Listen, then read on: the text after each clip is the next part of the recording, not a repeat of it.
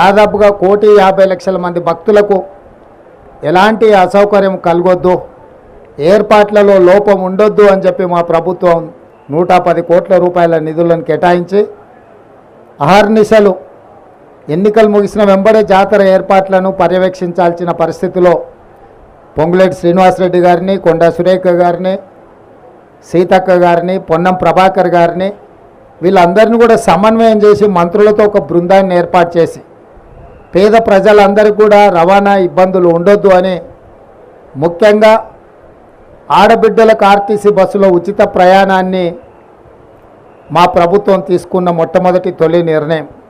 ఈరోజు ఈ జాతరకు లక్షలాది మంది ఆడబిడ్డలు వస్తున్న సందర్భంగా 6,000 బస్సులతో రవాణా సౌకర్యాలు ఏర్పాటు చేసినాము. అన్ని డిపోలలో ఉన్న బస్సులను ఇక్కడికి పంపాలని ఆదేశాలు ఇవ్వడం జరిగింది.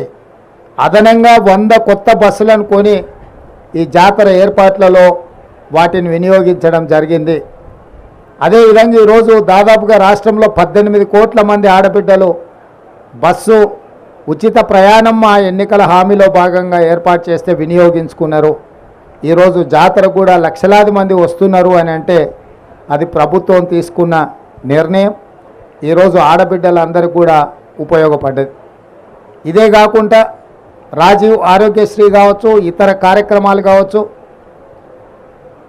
సమ్మక్క సారలమ్మ అంటేనే ప్రజల మీద ఆధిపత్యం చెలాయించాలనుకున్నప్పుడు, ప్రజల మీద పన్నుల భారంతో ప్రజల్ని పీడించైనా వసూలు చేయాలనుకున్న రాజులనైనా కూడా పేదలు, ఆదివాసీ బిడ్డలు, తల్లి బిడ్డలు, తండ్రి కొడుకులు అందరూ కలిసికట్టుగా పోరాటం చేసి తమ పోరాట స్ఫూర్తిని నిలబెట్టిండ్రు. కాబట్టి బడుగుల పక్షాన, ఆదివాసీల పక్షాన నిలబడి కొట్లాడి అమరులుగా నేల కొరిగిండ్రు. కాబట్టి 100 సంవత్సరాలైనా కూడా ఈ రోజుకు సమ్మక్క సారలమ్మను దేవుళ్ళుగా కొలుస్తున్నారు.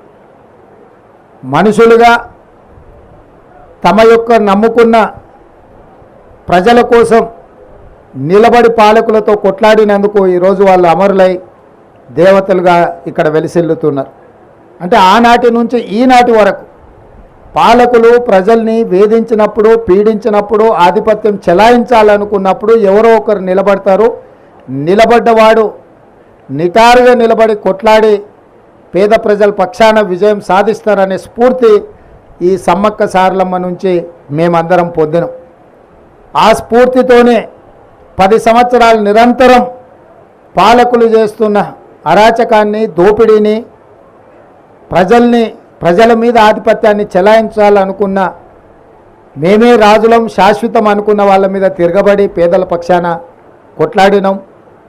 ఆ రోజు ఎన్నో ఒడిదుడుకులను ఎదుర్కొని నిలబడడం వల్ల ఈరోజు పేదల ప్రభుత్వం ఏర్పడ్డది.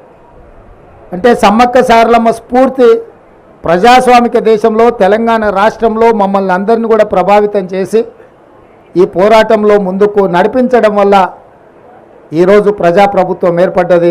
ప్రజాపాలన ద్వారా ప్రజల దగ్గరికి చేరువై ప్రజా సమస్యల్ని పరిష్కరించడానికి మా శాయశక్తుల ప్రయత్నం చేస్తున్నాం. మా ప్రయత్నాల వల్ల 100% సమస్యలు పరిష్కారమైనవని నేను అనను.